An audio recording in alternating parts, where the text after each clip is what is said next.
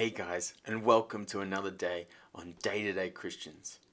We're going to go straight into where we left off from our last video talking about the Tower of Babel into the next chapter in Genesis, chapter 12, which introduces to us a really important figure in history and the father of the religion that we share today, the father of Judaism, the man known as Abraham. So 9 generations after Noah lived a man named Terah. And Terah had 3 sons, one of which he named Abram, which later on God renames him to Abraham. And chapter 12 starts like this. Now the Lord said to Abram, "Go from your country and your kindred and your father's house to the land that I will show you, and I will make of you a great nation, and I will bless you and make your name great, so that you will be blessed. And I will bless those who bless you, and him who dishonors you I will curse, and in you all the families of the earth shall be blessed." Through these chapters we can see that, like Noah, Abraham walks with God and is a great servant of God. We can see here in verse 4 that Abraham went and did as the Lord had asked him.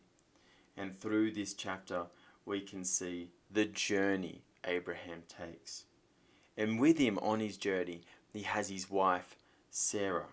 From verse 10 we have really the first story about Abraham.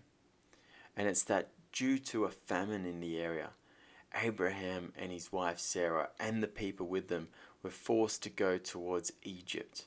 And Abraham was fearful when going into Egypt because Sarah was quite beautiful. And he was afraid that when the Egyptians saw Sarah and saw that she was so beautiful and was his wife, that they would kill Abraham. So Abraham asked Sarah to say that she was his sister, not his wife, so that they would not hurt Abraham. So Sarah, being a dutiful wife, did just as Abraham had asked. But Pharaoh took Sarah into his home and made Sarah his wife. But the Lord didn't like this, and the Lord upheld what he promised to Abraham and afflicted Pharaoh and his house with plagues. The Pharaoh found out that Sarah was actually Abraham's wife and asked him, "Why did you do this? Why did you lie to me?" And said to Abraham, "Take your wife and leave."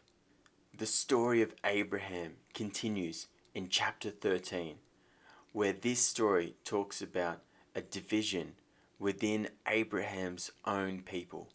For Abraham was traveling with many people, and the closest people to him were his wife, and as well as that, his nephew, his brother's son, Lot.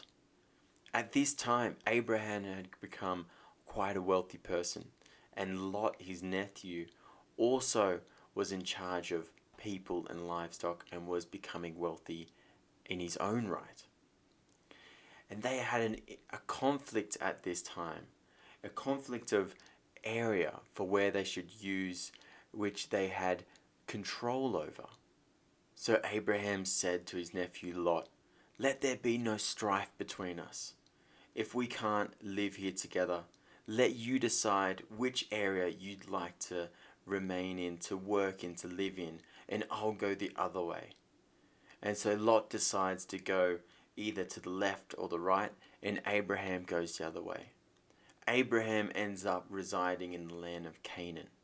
Lot, on the other hand, settled among the cities of the valley and moved his tent as far as Sodom. Now the men of Sodom were wicked, great sinners against the Lord. And in verse 15 we see again that God restates his covenant, his promise to Abraham. He says this, "For all the land that you see I will give to you and to your offspring forever.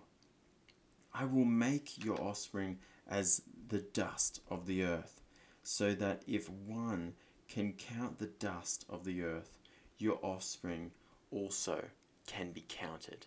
God here promising Abraham a great future, not only for him, but for all of his descendants. And the last story we'll get to in this video is within chapter 14, and we're going to summarize it into its main parts.